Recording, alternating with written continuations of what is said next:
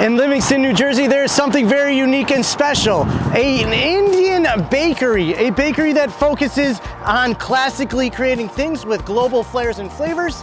This is Sweet Kneads by Ridhima, Livingston, New Jersey.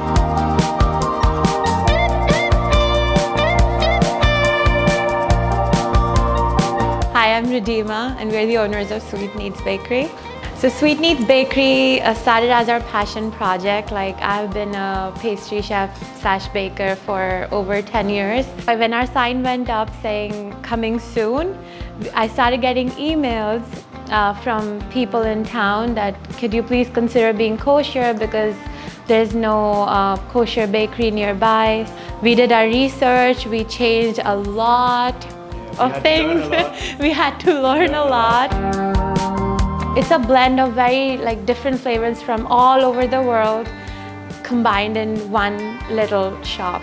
We have few Indians, few French pastries, few I don't even know what to call them anymore because I don't want to say, okay, it's a tiramisu, but it's not the traditional tiramisu, it's our version, so we like to call it our own blend of flavors. This is a chai donut. They are baked, not fried. We have all the chai spices and the black tea infused in the donut itself, and then also the frosting. And then we top it with brown butter biscuit crumbs.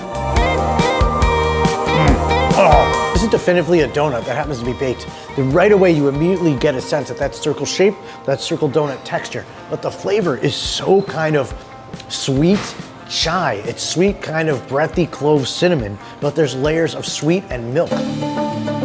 Apple spice cinnamon caramel bundt cake. And we make the apple pie filling in-house with the cinnamon, butter, Granny Smith apples. And then we fill the bundt cake with the apple pie filling, and then we drizzle it with the caramel.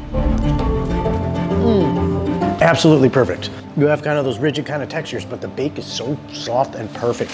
And there's such hidden depth of cinnamon seasoning layering going between the apple and this beautifully soft bundt. And then you get kind of craggling on the outside, but the sweet comes from the caramel. The flatbread, the main component is the sauce that we make in-house. It's called the makhni sauce, and then we have different toppings. One is called the paneer makhni, which has the crumbled paneer, onions, bell peppers. So very similar to paneer makhni or paneer tikka masala that you get in Indian restaurants. What's so fascinating here, the sauce is kind of like a butter sauce, makhani, right? That's the word. And everything here is kind of, it's butter dairy-based cooking. And that's exciting to experience in kosher and in bakery. And great opportunities. Gulab Jamun, I like to call it as a munchkin or a dumpling that's fried and then dipped in sugar syrup. It's one of the oldest and most traditional Indian sweet that you can find in pretty much everywhere.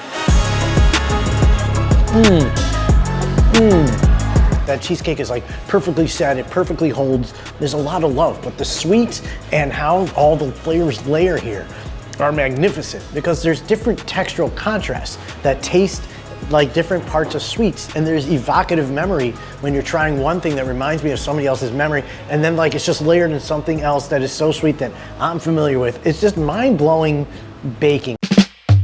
We offer public classes as well. We do Indian cooking class. That has been the most popular class. Without marketing, it fills up a lot. And then we do pizza making from scratch and truffles making, wine and truffle pairing. We have high tea that we serve here. It comes with 3 tiers of food. The bottom one has tea sandwiches. Then we have the chives scones, chocolate chip scones. We have the samosa. So in India, samosa and chai are peanut butter and jelly. And then the top tier is the sweet tier, as we call it. We have mini tarts, we have red velvet cake, brownie. So we rotate every month what we have on our menu for high tea. High tea. If you know me, I love me some high tea. But I chose not just any tea, I chose Masala chai high tea. And then you get to kind of pick your options. And we're gonna start with a wonderful little finger sandwich. This is not just regular high tea. This is Ridhima doing what she loves. So she's taking the concept of high tea and she's injecting her own personal flair and flavor. You know what's her own personal flair and flavor? Spicy inside a cucumber sandwich. Classic high tea. Samosa's a potato-filled kind of dumpling, and you could see it here. It's potato and pea, and this is classic, but you know in the heft that like, they're not playing around. Oh yeah. Like the dough itself is so specific to what it is. It's kind of like got a great kind of dense, and then inside it they have the cumin, and the potato is spiced very specifically to like react to that cumin in the dough. This is expertise class in just handheld foods and baking. This is waffles, but waffles and ice cream and something called ras malai. You take the waffle. This is so good. They said like nachos, okay? So we're gonna savory nacho it up. Look, waffles, ice cream, ras malai. Just that great kind of like sweet cream curd cheese. It's like a farmer's cheese. It's just so specifically sweet, but the way that it hits that ice cream, because that ice cream is just straight cream. This makes so much sense when you put it on these little waffle crisps. It's like ice cream nachos. We have got so much support and love from the kosher community. Like, it's unbelievable. It's like we're part of the family now.